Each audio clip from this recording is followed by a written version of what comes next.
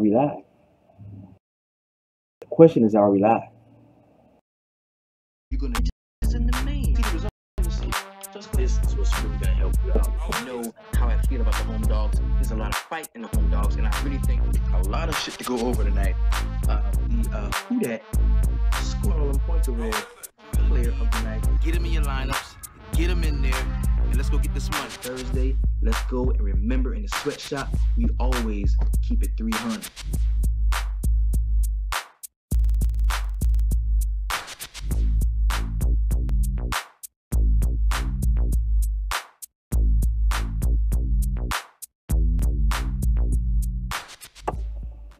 Yo, what's up? What's happening?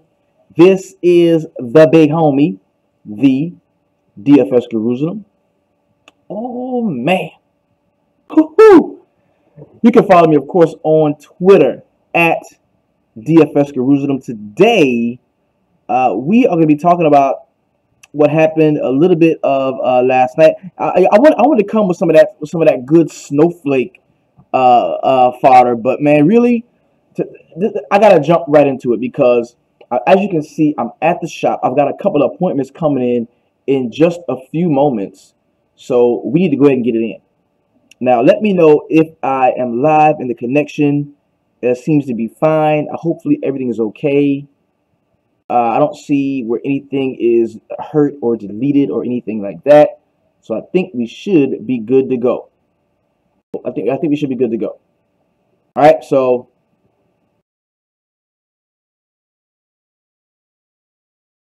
We got Steve in the spot. Cool.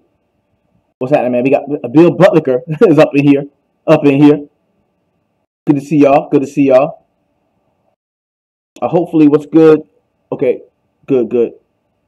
Jay Castillo's in here. Kate Mack is in the spot. Nice. So we're gonna jump right into it, bro. 8 games on tonight's slate.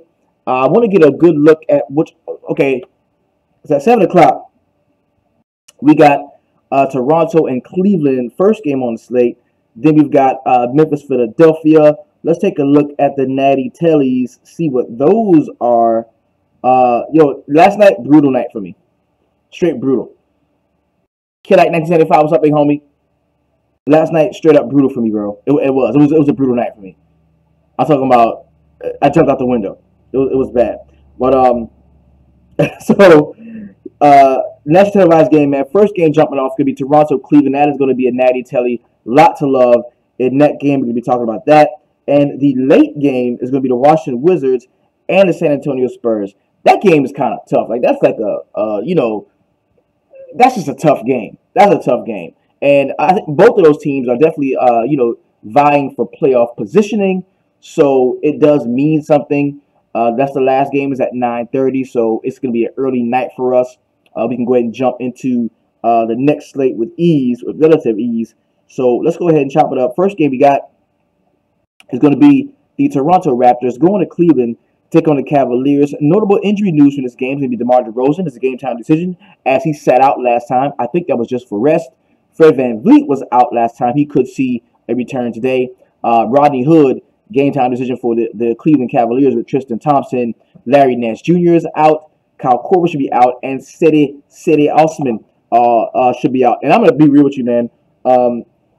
This show primarily is about looking at what we're looking at on this show is primarily the differencing in pricing between FanDuel and DraftKings. Like, we want to get a good feel, a nice read for where they rank the players, for where FanDuel and DraftKings ranks the players. That's pretty much what this show is about. All right, so let's go ahead, jump right into it, man. We look at the Cleveland Cavaliers against point guards. Not great, man. 51.5 over the last 5 games, 46 over the last 10. That's going to easily put Kyle Lowry in play for me. I think against him, he's had some pretty solid games so far this season. And at 7.8 in price, that's not bad at all. Not bad at all. Shooting guard was a problem spot for them, but ever since they sat J.R. Smith ass on the bench, who was supposed to be one of their best perimeter defenders, We've seen point shooting guards, excuse me, struggle somewhat against the Cavaliers here. They're giving up 43.1 over the last 5 and 44 over the last 10. Still a playable area here. Bill Butler says he can see Lowry putting up around 55 points, and at 7.8, that is solid. That is solid. Now we're looking at center here in the very same matchup because we want to get a feel for who we can play against the Cavs in a nationally televised game. All right, and centers is not the place to go. Over the last 5 games, they've given up 27.2 over the last 5, 36.3 over the last 10. So they've gotten significantly better against the center spot over the last few games, and I think that's going to curb my enthusiasm for Jonas Valanciunas. Power forward has been a very problem spot against them. You got Serge Ibaka at 5.2, who is absolutely dead to me. I'm not playing him. If I do want to look at a power forward in this spot, I would be looking at Pascal Siakam, who I think is going to lead the bench guys in minutes, and he may be out there covering some LeBron. But like, whenever LeBron tries to get cheap and steal for the second team, you can see Pascal Siakam could be a guy trying to guard him. On the other side, of course, LeBron is going to be in play here at 6'4". If he's going to be playing anywhere near 30 minutes, I think Kevin Love is a guy that you've got to consider. We could get Tristan Thompson back today. He's 4K. We could get him today. And if he's back in and he's starting, I don't want anything to do with it. We're looking at the Toronto Raptors and where their problem spots are. Center is a problem spot for them somewhat. We're talking 43 over the last 5 and 43 over the last 10. So they've been consistently giving up that amount to centers. We look at the Raptors in terms of power forwards, and they give it up 53.9 over the last 5, 45 over the last 10, which further solidifies our thoughts about Kevin Love and why we think he should be a good play. And even helps LeBron, too, because LeBron is going to play some of those power forward minutes as well. Against small forwards, the Raptors, 49.1 over the last 5, really giving it up, 45 over the last 10. That further solidifies LeBron James as a very great play. Against shooting guards, Toronto Raptors not giving up much at all. 31.2 over the last 5 and 36 over the last 10. And against point guards, Toronto Raptors, one of the worst teams on the slate, 56.4 over the last 5 and 50 over the last 10. And that is against point guards. So there's another spot, man, on an 8-game slate where George Hill, in a game that has playoff implications, I think he can be a solid play. You look at Jordan Clarkson off of the bench, who could play some point guard minutes with the second team, especially now. This is with Rodney Hood being out. For me, this is with Rodney Hood being out. Rodney Hood has almost guaranteed got to be out in order for me to really want to get behind this one.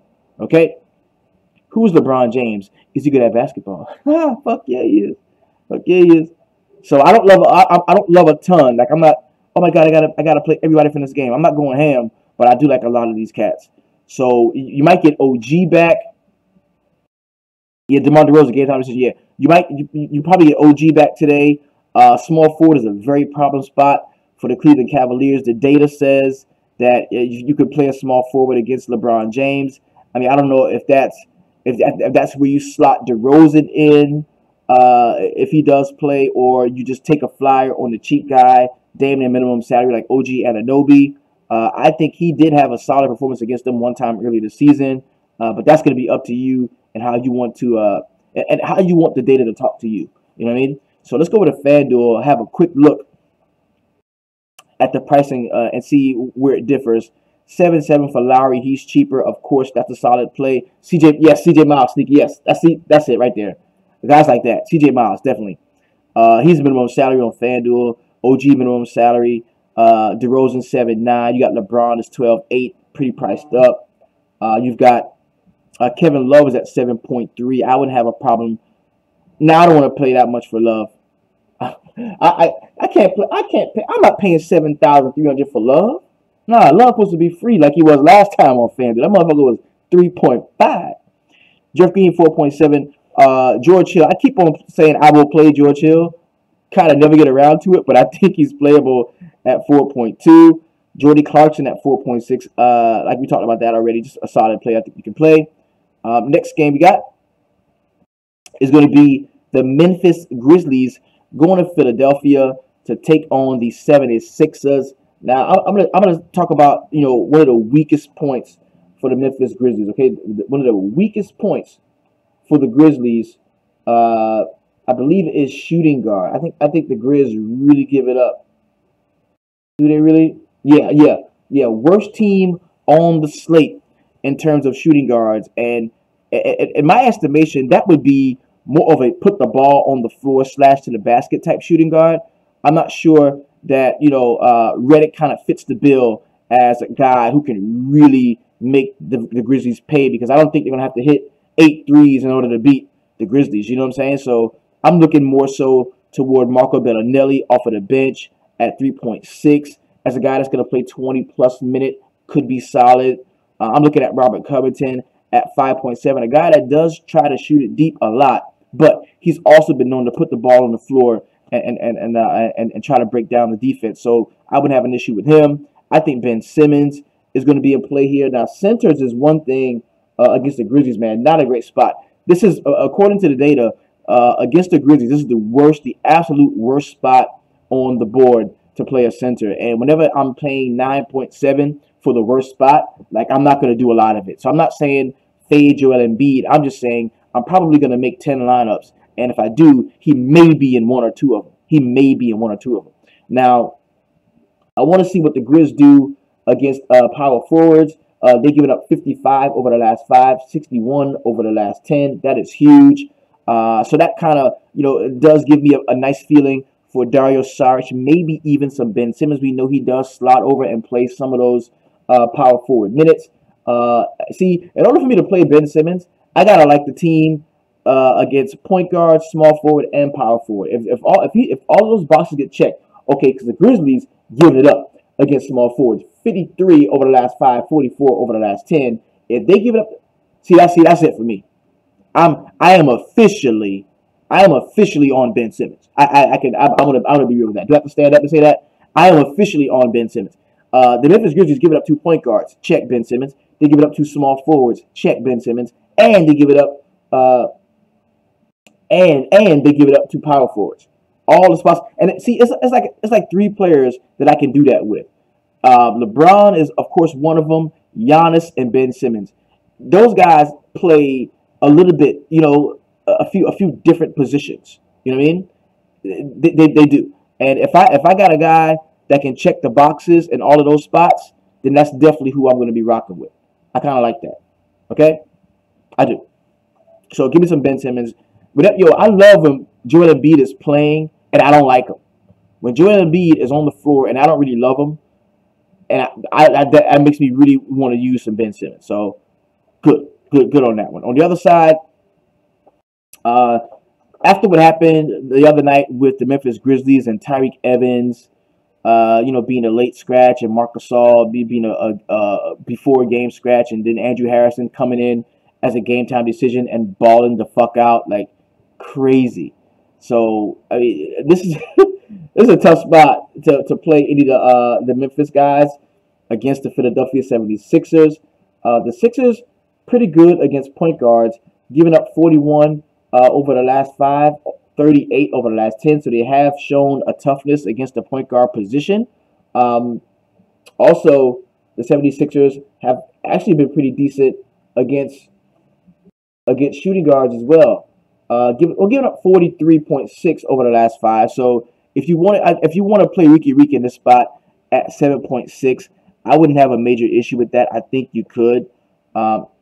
Small forward against them has been a really great spot to attack. So you look at Dylan Brooks, maybe some Jermichael Green at 5.9, sort of a tweener guy, small forward / power forward you may want to look at.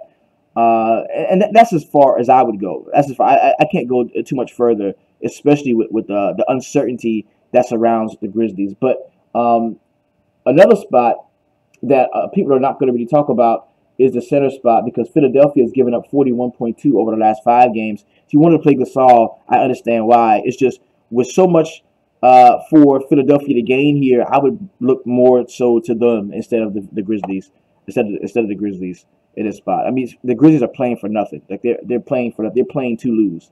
So whenever you got a team that's in that sort of shape, I'm not going to be all gun ho to play them every time out. So let's take a look on FanDuel, man. Plus it's a 12-point fucking differential. Like they're supposed to blow them out. We know how that's been working. Ricky Reek 8K, Jermichael Green 6.3. We've got Andrew Harrison at 5.8. We've got Joel Embiid is 10.8, Ben Simmons 10.1. So those guys are above 1,000 more. So they both look to be, plays of values on DraftKings. Darius Saric 6.2. Ooh, look at Redick. Ooh, Redick is cheap. Is that telling us to play JJ Redick? I think it just told us to play JJ Redick.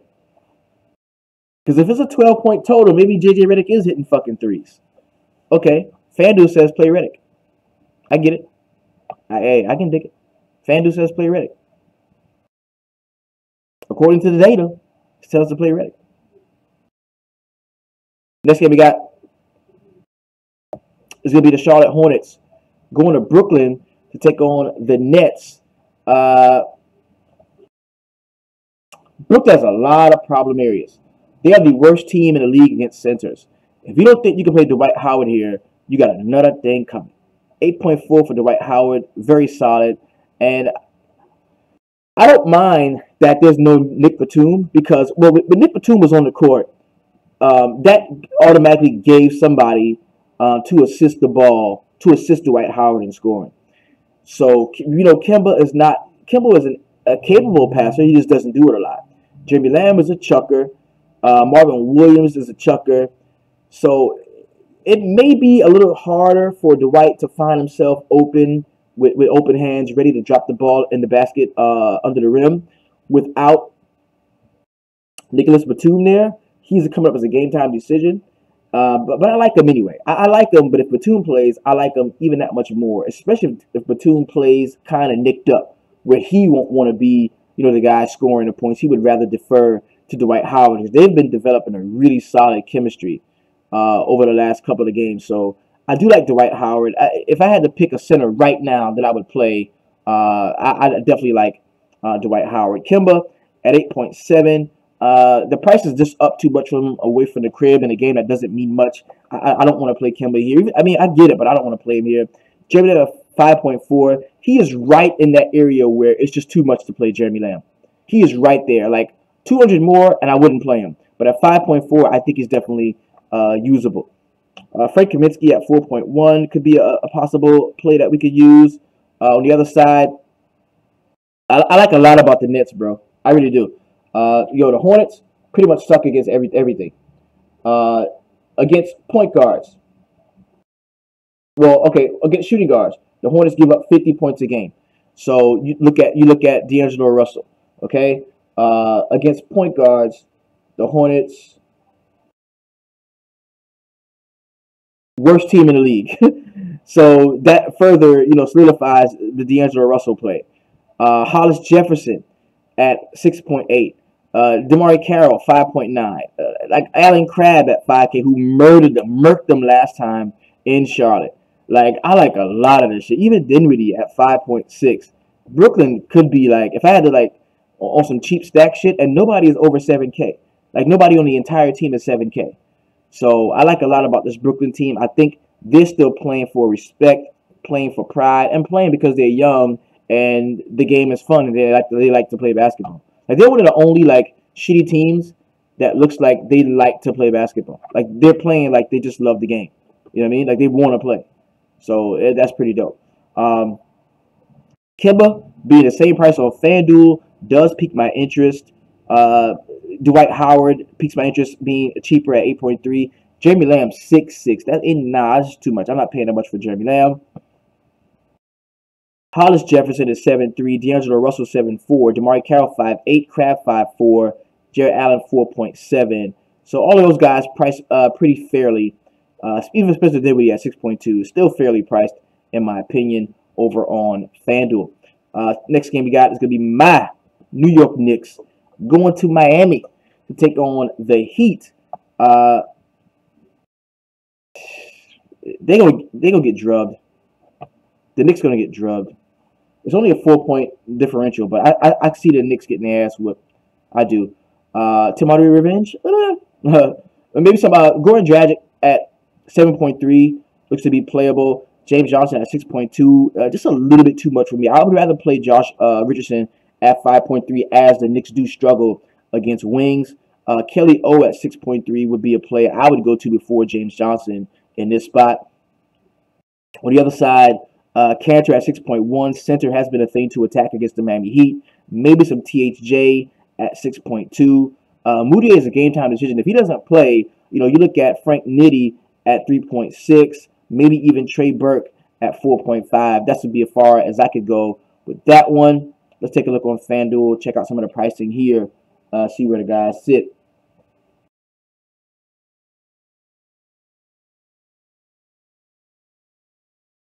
Harvey Jr. 6K. He's cheaper. Nice. I like that. As is Enes Kanter. I like that one.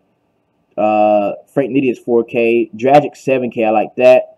Richardson is 6K. That's cheaper. Oh, they don't love this game. Kelly O is cheaper. James Johnson is 5.5. They're not very high in this game, man. This game we got is going to be the Denver Nuggets going to Chicago to take on the Bulls. And y'all was watching Roto Grinders, and the Siege guy, well, I wasn't watching, I was listening to it. And the Siege dude that likes to come and join our and listen to our podcast, because we saw him in here a few times. The guy that likes to come in here reported that it's Serbian Heritage Night in Chicago. And you know what happened the last time, when it was like Polish night in DC, and like the Polish Hammer went the fuck off. Gortat had the game of his life. Does that mean Jokic at 9.6? Okay, use that. The Bulls suck everywhere. So you got Barton, you got Jamal Murray, who I like at 7.1. I think he's playable. Millsap at 6.3 is playable. Another sneaky cheap guy at 3.8 could be Devin Harris. And while this is not a place where this is not a slate where you're looking, you're scrounging around for cheap guys so you can pay up, because there's no like, oh, I gotta play this guy that's 11K, 12K. I mean, outside of LeBron and Giannis are the like most expensive guys on the slate, but it's not chock full, star-studded, high expensive guys. So you can pretty much play who you want on a slate like this. Now you got the Bulls, man, and this just is a horrible lineup. I think Denzel Valentine bounces back in a major way. It would be, I think if you want to play anybody from the Bulls, you play Denzel Valentine and you keep it moving. Bobby Porter's coming off the bench at 6.7. Don't love that one. Maybe Cameron Payne at 5.3. That would be the full extent of my exposure to the Chicago side of that game. But I do like Denver, man. Denver been putting up a lot of points lately. They really have been. They've been putting up a lot of points. Checking on FanDuel, having a look. 10.5 for Jokic, Barton 7.7, Millsap 6.6. You get no discount on these cats on FanDuel, big homie. Even Devin Harris is 4.1. Cameron Payne 5.5, Denzel 6K, Felicio. Justin Holiday 3.5, Zipsa 4K, Portis is 7K. Yeah, that game is a shit show. It's gonna be. Next game we got is gonna be the Los Angeles Clippers going to Milwaukee to take on the Bucks. We got the Clips show on a back-to-back. And I really had high hopes for this team last night. They beat Minnesota, or they were up on Minnesota,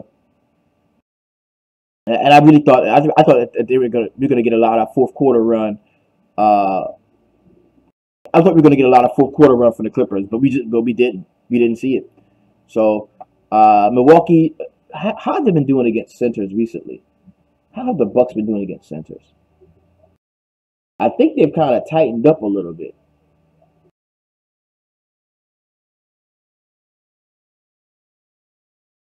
They've been giving it up.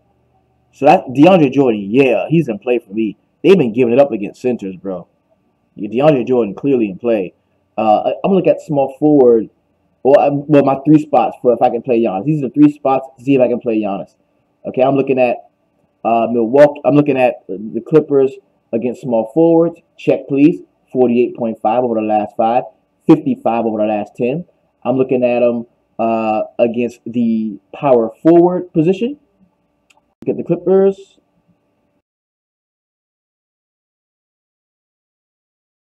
Okay, 44.2 over the last 5. That's not bad. That's not as high as you want it, but that's not bad. And then the Clippers 51 against point guards. So point guard, power forward, and small forward. All those boxes are pretty much checked for systems to be a go on Giannis. So at 11.1, I think he is going to be playable. Bledsoe at no, they're bad against well, they're really good. Milwaukee is really good against power forwards. So let's take a look over to FanDuel. Yeah, there's a lot of great plays today, bro. There were a lot of great plays.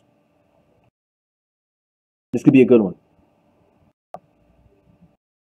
This could be a good one. Jordan 7-7, that's good. Rivers is 5-7, Milo's 4K, Sweet Lewis 7K. We got 12K for Giannis. Bledsoe is 7-7, Chris Middleton 7-6. Yeah, I think we're gonna see a lot of LeBron and Giannis lineups again, like we did the other night. I think we're gonna see a lot of those.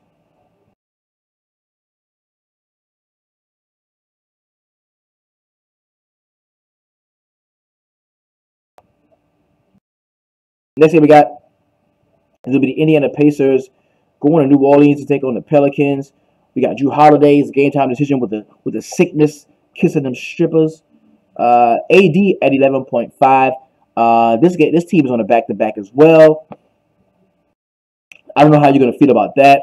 A couple of guys jumping off to me really quick. I do like the center against the Pelican against the Pacers has been a thing. We saw Brook Lopez just straight crushed them the last time out. Like Brook Lopez just straight crushed them the last time out. So AD at 11.5 is a play that I like. If Drew plays, he is in play. I think Rondo at 5.7 is in play. Just give me all of the Pacers, man. Give me Darren Collison, Miles Turner, Vic Oladipo at 8.2. I like that. I think that is in play. Yo, I really like the Pacers. Pacers and the Nets are two teams that I really like today. Even Lance, Bogdan, I like a lot of this shit. I do. I like a lot of that.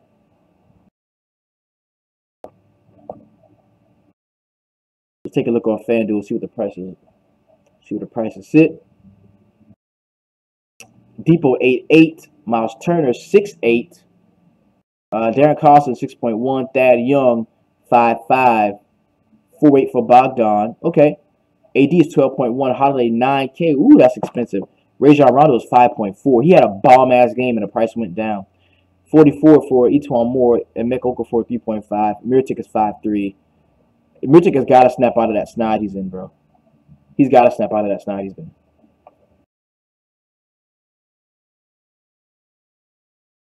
Last game we got, and the late night hammer joint is going to be the Washington Wizards going to San Antonio to take on the Spurs.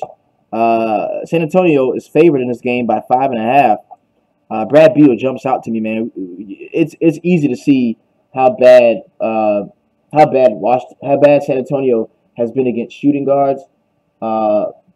Recently, they were one of the worst teams in the league. They've since tightened it up some. But you look at, Satoransky not being a traditional really, really point guard and Bradley Beal playing minutes on both sides and also running with the second team. 8.6 fair price for him.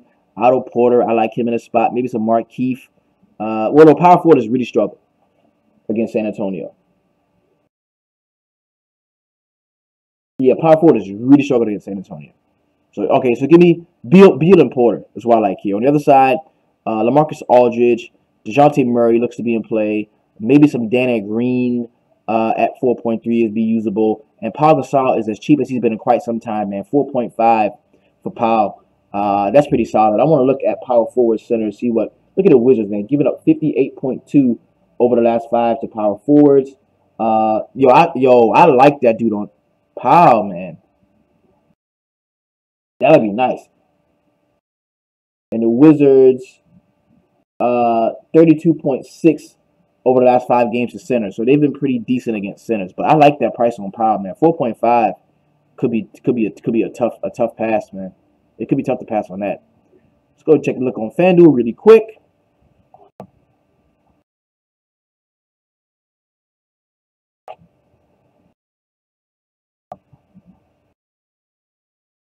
Beal. Ooh, look at Beal. 7.6. He's $1,000 cheaper on FanDuel. Are you kidding me? Lock that in. I love Beal on a duel, baby. You give me a late night hammer that has 50-point upside, even though it's against the Spurs. I don't give a fuck. I'm playing that.